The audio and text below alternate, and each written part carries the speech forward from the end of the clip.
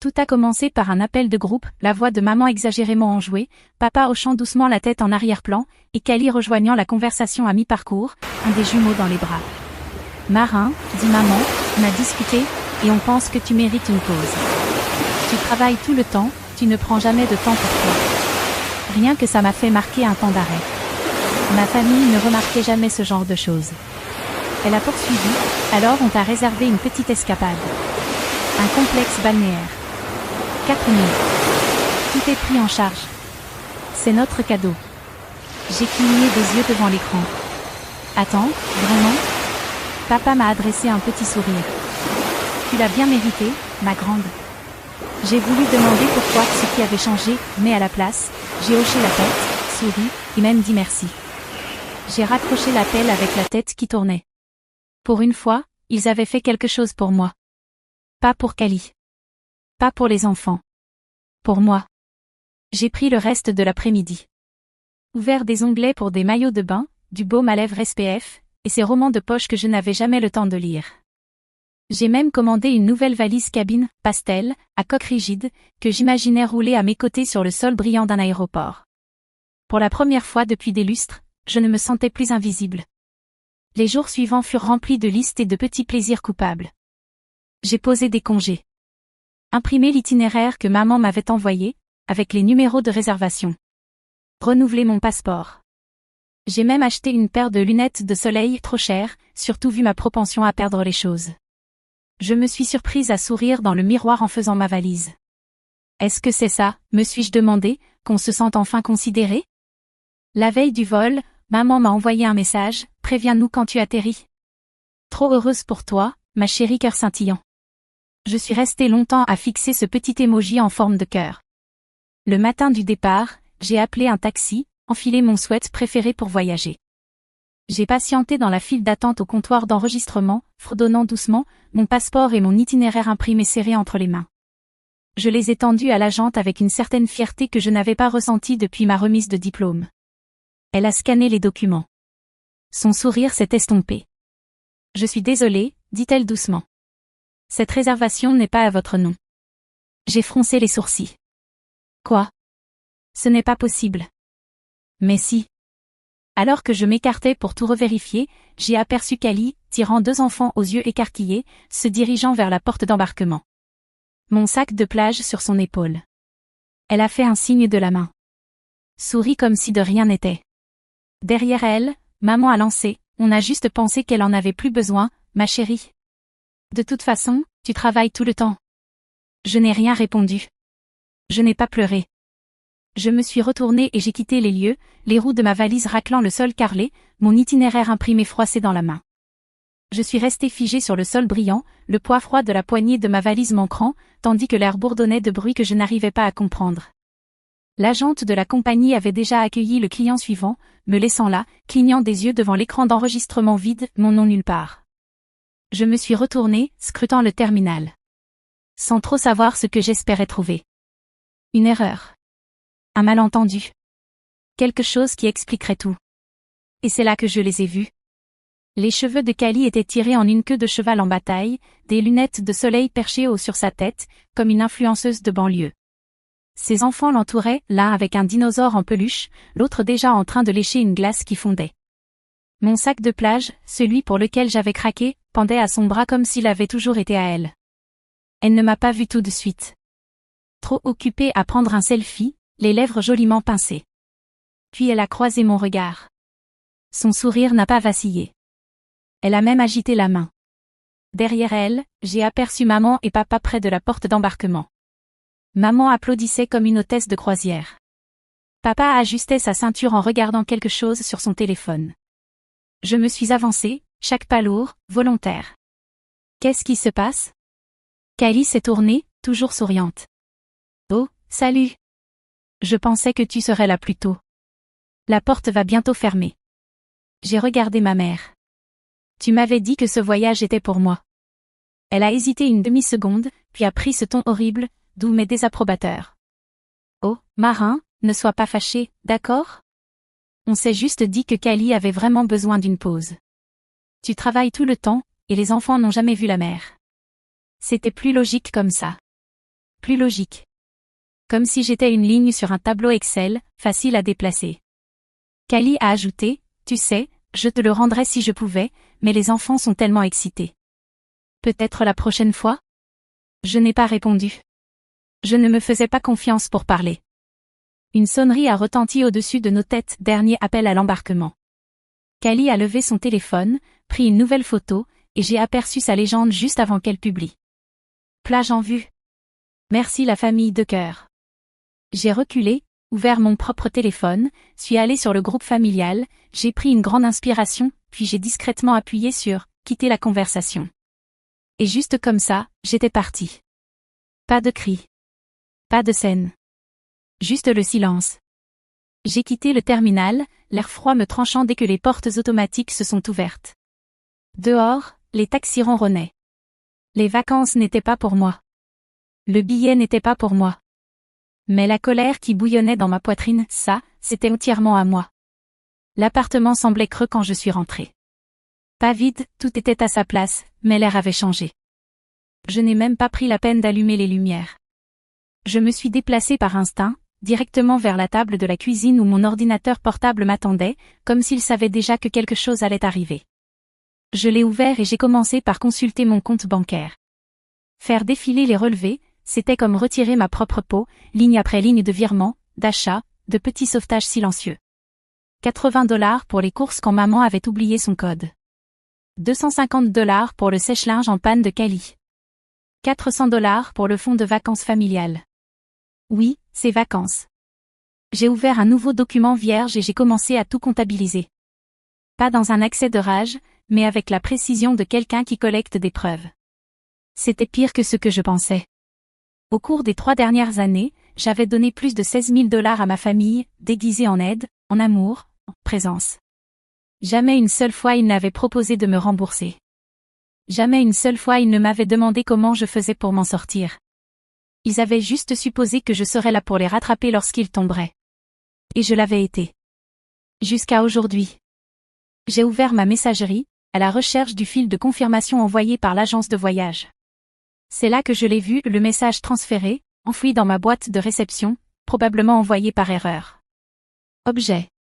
Changement de passager pour les vacances, merci de confirmer. Et tout était là. La trahison entière, énoncée ligne après ligne. Nous avons décidé de mettre Kali et les enfants à la place de Marin. Elle ne dira rien honnêtement, elle travaille tout le temps. Ce sera moins compliqué comme ça. Dites-lui que c'est un cadeau. Elle le croira. Je suis restée figée devant ces mots jusqu'à ce qu'ils deviennent flous, non pas à cause des larmes. Celle-là s'était déjà tarie à l'aéroport. Mais parce que mon corps ne parvenait pas à comprendre à quel point ils m'avaient effacée avec désinvolture. À quel point ils étaient certains de mon silence. Ils ne m'avaient pas juste pris une place dans un avion. Ils m'avaient rayé, avec le sourire. J'ai fermé le courriel. Puis j'ai ouvert un nouvel onglet. J'ai créé un tout nouveau compte bancaire, séparé de tous les comptes communs auxquels je m'étais naïvement attachée. J'ai transféré chaque dollar du fonds d'urgence familial, celui qu'ils avaient depuis longtemps oublié que j'avais mis en place. J'ai déplacé toutes mes économies. Chaque centime. Puis je me suis connectée à mon portail professionnel et j'ai modifié les informations de dépôt direct. J'ai retiré mes parents de la liste des contacts d'urgence. J'ai fait une demande pour passer en mode télétravail permanent, évoquant un déménagement pour raisons personnelles. Ensuite, je suis allée sur le site de la Poste et j'ai rempli un avis de changement d'adresse. Je n'avais même pas encore de nouvelle adresse. Mais j'en trouverai une. Je devais juste commencer à bouger vers l'extérieur. Vers ailleurs. J'ai regardé autour de mon appartement. Petit. Calme. Faiblement éclairé. Et pour la première fois, il ne m'a plus semblé être une prison. Ce n'était pas une crise. C'était une migration. Aucun message ne serait envoyé. Aucune confrontation dramatique n'aurait lieu. Il n'y avait plus rien à expliquer à des gens qui avaient déjà décidé que je ne comptais pas. Ils m'avaient remplacé pour des vacances. Alors je les remplaçais dans ma vie. Pas avec cruauté. Pas avec amertume. Mais avec de la distance. Avec de l'absence. Avec la vérité. Je n'ai dit à personne que je partais. Il n'y a eu aucune scène, aucune confrontation, aucun dernier appel théâtral. Rien que des décisions silencieuses, les unes après les autres, prise avec un calme que je n'avais pas ressenti depuis des années. J'ai emballé ma vie dans 3 valises et quelques cartons. J'ai laissé derrière moi la vaisselle qu'il m'avait offerte. Le canapé râpeux que je n'avais jamais aimé. Le calendrier mural avec les anniversaires familiaux entourés en rouge. Rien de tout cela n'est venu avec moi. Je ne voulais pas de rappel. Je voulais de l'air. La ville où j'ai emménagé ne signifiait rien de particulier sur une carte. Mais pour moi, elle représentait la liberté.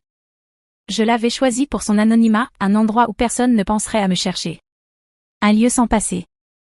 Une ville de taille moyenne, avec des trottoirs fissurés, un marché fermier tous les samedis, et un silence assez large pour accueillir la guérison. L'appartement se trouvait au 3e étage d'un vieil immeuble en pierre brune, avec des escaliers en bois grinçant et des fenêtres qui s'embuaient facilement le matin. La moquette était usée. La plomberie gémissait. Mais la lumière du soleil traversait le sol exactement 8 heures par jour, et la chambre sentait légèrement le cèdre. C'était imparfait. C'était à moi. La première chose que j'ai achetée fut une table basse. Ça semblait anodin, mais c'était important. Dans mon ancienne vie, tout ce que je possédais avait été filtré à travers les besoins des autres. Cette table ronde, en bois de cerisier foncé, avec des pieds finement sculptés, je l'avais choisie pour moi seule. Elle était chère. Je m'en fichais. Je voulais quelque chose de beau, qui n'exigeait pas d'être utile. Puis vinrent les plantes. Basilic. Romarin. Thym. Et une petite menthe têtue qui s'affaissait théâtralement si j'oubliais un seul arrosage. Je les ai alignées sur le rebord de la fenêtre, leurs feuilles vertes tendues vers le soleil. J'ai appris à en prendre soin, sans ressentiment. Et puis il y a eu Figue. C'était la dernière chatonne du refuge, pelage gris, une oreille déchirée, et des yeux qui observaient tout sans jamais cligner. On m'avait dit qu'elle était difficile. Cela ne me dérangeait pas. Elle m'a suivi dans une boîte en carton, et depuis, elle ne m'a plus jamais quitté du regard. Mon travail n'a pas changé, à distance, centré sur le code, orienté vers les résultats. Je me connectais. Je faisais le boulot. Je me déconnectais. Pas d'évaluation de performance. Pas de réunion d'équipe. Pas de carte d'anniversaire signée par des gens qui ne me connaissaient pas. Chaque journée est devenue un rythme tranquille. Les matins avec une tisane, figue roulée en boule sur le canapé. Les après-midi avec des emails, un clavier, et parfois une promenade jusqu'au minuscule café du coin. Les soirées avec des dîners lents, des livres, et le craquement du vieux parquet sous mes pieds fatigués. Pas de culpabilité. Pas de supplication. Pas d'urgence déguisée en amour. Ils ne savaient pas où j'étais. Je m'en étais assurée. J'avais changé de numéro, quitté la discussion de groupe, supprimé le calendrier partagé. Aucune trace numérique, juste une absence. Mais cette absence n'était pas vide. Elle était délibérée. Elle m'appartenait. Je n'ai pas crié mes limites. Je n'en ai pas eu besoin. Je les ai dessinées avec le silence, avec la distance, avec la vie que j'ai construite lentement, tendrement, un petit choix à la fois. Et dans chaque recoin de cet appartement paisible, je me souvenais. Je ne me suis pas évaporée. Je suis enfin arrivée. L'effondrement n'est pas venu comme une explosion. Il est venu comme la moisissure, lentement, doucement, rongeant les fondations longtemps après qu'ils aient cessé de faire attention. Au début, ce furent de petites choses. Des désagréments. Puis ce fut inévitable. Kali a été la première à remarquer. C'était la fin août. L'école reprenait, et elle avait une liste, argent pour la cantine, uniforme, basket neuve, frais d'activité. Chaque année, elle l'envoyait à maman avec un message à moitié moqueur. Je transfère ça à la boîte mail de Marin, et l'argent apparaissait. Pas de questions. Pas de merci. Mais cette année, rien. Elle a attendu 3 jours. Toujours rien. Elle a envoyé un message à Marin, sur un ton décontracté. Et ma belle, tu pourrais nous filer un coup de main pour les fournitures des jumeaux? Juste jusqu'à ce que le salaire tombe. Le message est resté non lu. Puis marqué comme délivré, mais jamais ouvert. 2 jours plus tard, son statut est passé à bloqué. La réaction de Kali ne fut pas l'inquiétude. Mais la stupéfaction. Presque de l'indignation. Elle m'ignore sérieusement? Comme si le silence de Marin était plus insultant que toutes ces années où elle avait discrètement financé la vie de sa sœur. Kali a publié sur Instagram, écran noir, texte blanc. C'est toujours celle qui prêche les limites qui oublie qui les a soutenues quand elles tombaient. Subtil, mais pas vraiment. Diane a vu la story. Elle a aussi vu le budget course se resserrer, les rendez-vous au salon disparaître, les brunchs qu'elle ne pouvait plus payer. Tous ces petits plaisirs offerts par Marin, une gratitude silencieuse pour avoir élevé 2 filles. Maintenant, ces plaisirs avaient disparu. Tout comme les virements mensuels pour ses prescriptions, les cartes cadeaux pour son prof de pilates, le coussin de confort qui lui permettait de se sentir généreuse sans vraiment l'être. Ses amis ont remarqué aussi. « Comment va Marin ?» demandait-elle à l'église, au club de lecture, dans la file de la poste. « Je ne l'ai pas vue depuis un moment. »« Elle a déménagé ?»« Elle est juste occupée », mentait Diane. Puis elle rentrait chez elle et fixait son téléphone comme s'il l'avait trahi. Martin, fidèle à lui-même, ne disait rien. Mais ses habitudes changèrent. Il ne parlait plus de son bateau. Annula le week-end de pêche. Quand le toit commença à fuir au-dessus du porche arrière, il le répara lui-même maladroitement, en silence, parce que le réparateur qu'ils utilisaient ne se payait qu'à l'avance. C'était toujours Marin qui s'en chargeait. Et maintenant, il n'y avait plus de Marin pour gérer quoi que ce soit. Un soir, Diane osa lui demander doucement. « Tu crois qu'elle va revenir ?» Martin fit une pause, regarda sa tasse. « Non, répondit-il. Ils ont essayé, bien sûr. » Cali envoya d'autres textos, puis des emails, puis des messages vocaux pleins de fausses inquiétudes. Martin tenta une fois un message court. « Je voulais juste savoir si tu allais bien. » Pas de réponse. Diane alla plus loin. Elle acheta du papier à lettres roses, celui que Marin aimait adolescente, et écrivit une lettre dans son écriture soignée. « Tu nous manques. Les choses sont plus dures sans toi. Reviens, s'il te plaît. » Elle avait inclus une vieille photo, Marin à 10 ans, tenant la main de Cali sur la plage, toutes deux rouges de soleil et souriantes. Elle l'avait envoyée par la poste. Elle était arrivée. Marin avait reconnu l'écriture, s'était assise un moment avec l'enveloppe, puis l'avait glissée silencieusement dans un tiroir sans l'ouvrir. Elle n'avait pas besoin de la lire. Elle connaissait déjà la fin de l'histoire. Cet hiver-là, Diane posta une photo de Noël, trop de chaises, pas assez de sourires. La légende disait. La famille, c'est pour toujours. À moins qu'ils oublient qui les a soutenus en premier. Elle récolta 5 mentions j'aime. Un cœur de Cali. Un commentaire d'un cousin, j'espère que tout le monde va bien. Toujours pas de Marin. Et sous tout ce silence, ils comprirent enfin ce qui s'était passé. Ils n'avaient pas simplement perdu une fille. Ils avaient perdu la femme qui colmatait leurs fissures, portait leur poids, et ne disait rien. Et maintenant qu'elle était partie, la maison n'était pas brisée, elle s'effondrait. Tout avait commencé comme un murmure. Une question discrète qui effleura Marin alors qu'elle remuait son thé un matin, fit ronronnant doucement à ses pieds. Que se passe-t-il quand on cesse de donner? Pas par rancune. Pas par colère. Juste, on arrête. Elle ouvrit son ordinateur portable, créa un blog. Pas de nom. Pas de photo. Pas de biographie. Juste un titre. Que se passe-t-il quand on cesse de donner? Elle ne comptait écrire qu'un seul billet. Mais les mots se déversèrent nets et précis. Elle parla de l'aéroport, du moment où elle avait vu son sac de plage au bras de sa sœur. Des années passées à sauver tout le monde sans merci, sans reconnaissance. Elle écrivit ce que cela faisait de disparaître, non pas par rébellion, mais par nécessité. Ce n'était pas dramatique. Pas vengeur. C'était la vérité. Elle appuya sur « Publier », referma l'écran et retourna arroser ses plantes. Le lendemain matin, le billet comptait plus de 2000 vues. À la fin de la semaine, il était devenu viral. Sa boîte mail s'emplissait de messages d'inconnus qui lui ressemblaient. Certains avaient coupé les ponts avec des familles toxiques. D'autres étaient encore prisonniers, encore trop effrayés pour parler. Mais tous les messages disaient la même chose, sous différentes formes. Je pensais être seule. Tu as dit tout ce que je n'arrivais pas à dire. Tu m'as fait me sentir vue. J'ai envoyé ce texte à mon thérapeute. Marin les lisait lentement. Elle ne cherchait pas la validation. Elle cherchait la connexion. Elle avait besoin de savoir que le silence ne signifiait pas l'isolement, qu'un retrait pouvait être un acte de solidarité, pas de honte. Alors elle continua à écrire. Elle parla de la culpabilité comme d'une laisse. Du mythe du pilier familial.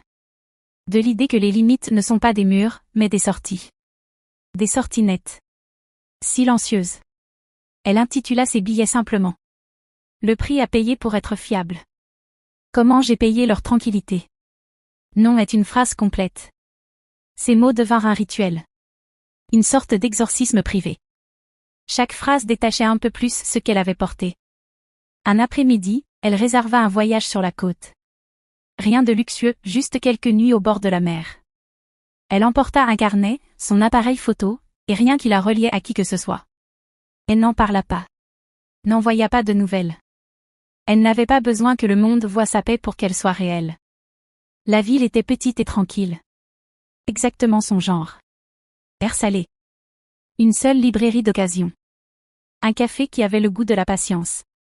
Le 3e jour, elle passa devant une boutique de plage. Dans la vitrine, un t-shirt flottait doucement dans le vent, coton blanc, lettrage simple. Cette fois, c'est juste moi. Elle resta là un long moment. Puis elle sourit, se détourna, et continua sa marche. De retour dans sa location, elle ouvrit son ordinateur, écrivit une nouvelle entrée. Elle la titra. Je ne suis plus en colère, mais je ne reviendrai pas. Elle appuya sur « Publier », alluma une bougie sur le rebord de la fenêtre et observa l'océan respirer. Aucun appel. Aucune culpabilité. Aucune excuse. Juste de l'espace. Et pour la première fois de sa vie, elle n'avait pas besoin de mériter le silence. Il était à elle. L'enveloppe arriva un jeudi, coincée entre une facture d'électricité et une pub pour des chaises de jardin en promo. Rose pâle, légèrement tachée, l'adresse écrite dans la boucle familière de l'écriture de sa mère. Pas d'expéditeur. Marin sut ce que c'était dès qu'elle la vit. Elle ne l'ouvrit pas tout de suite. Elle la posa simplement sur le comptoir de la cuisine comme un objet étranger, une relique d'une vie passée. Elle la laissa là pendant qu'elle poursuivait sa soirée. Elle plia des serviettes. Arrosa ses herbes. Nourrit Fig. L'appartement sentait le romarin et le savon au citron, calme, propre. Elle avait construit cette paix à partir de rien. Et cette lettre? Elle n'y appartenait pas. Plus tard, quand le ciel devint indigo et que le vent caressa les vitres avec juste ce qu'il fallait de douceur, elle s'assit avec un couteau et l'ouvrit. Ses mains étaient stables. Pas de peur. Juste de la curiosité. Le mot à l'intérieur était court, quelques lignes à peine. Tu nous manques. C'est vraiment difficile sans toi. S'il te plaît, rentre à la maison. Avec amour, maman. Aucune excuse. Aucun aveu. Juste une demande enveloppée de douceur, comme toujours. Une exigence tendre déguisée en affection. Elle fixa les mots. Puis replia la lettre, chaque pli net et délibéré. La remit dans l'enveloppe et la glissa dans le tiroir sous les torchons. Certains messages ne méritent pas de réponse. Certaines blessures n'ont pas besoin d'être rouvertes. Elle prépara le dîner, lentilles épicées, pain croustillant, un verre de merlot d'un vignoble local. Fig s'était roulé dans un coin, sa queue battant paresseusement au rythme des gestes calmes et lents de Marin. Quand le repas fut terminé, elle alluma une bougie sur le rebord de la fenêtre eucalyptus et clous de girofle. La flamme dansait dans le reflet de la vitre, petite, vive, bien vivante. Marin s'assit à sa table en bois de cerisier. Celle qu'elle avait choisie, payée, et montée seule. Elle regarda autour d'elle les étagères qu'elle avait construites. Les murs qu'elle avait peints. Les tableaux qu'elle avait encadrés parce qu'ils la faisaient sourire. Rien d'hérité. Rien de donné. Tout était à elle. Elle inspira profondément et murmura dans le silence. Ils n'ont pas perdu une fille. Ils ont perdu la femme qui tenait tout debout. Ce n'était pas amer. Juste vrai. Elle repensa à toutes ces années passées à être la colle, la réparatrice, le plan de secours. À payer en silence. À être là sans remerciement. À se rapetisser pour faire de la place au chaos des autres. Et à ce qui s'était passé quand elle avait enfin reculé, tout s'était effondré. Il ne regrettait pas elle. Il regrettait ce qu'elle faisait. Les rôles qu'elle jouait. Le silence qu'elle avalait. Elle ouvrit son journal et écrivit. Je n'étais pas l'égoïste. J'étais la ligne d'approvisionnement. Et j'ai cessé de me verser dans leur gouffre. Elle le souligna 2 fois. La bougie brûlait paisiblement à côté d'elle. La pièce était chaude, pleine seulement de respiration, de silence, et du ronronnement doux sous la table. Le téléphone resta muet. Et pour la première fois de sa vie, ce silence ne faisait pas mal. Il soignait.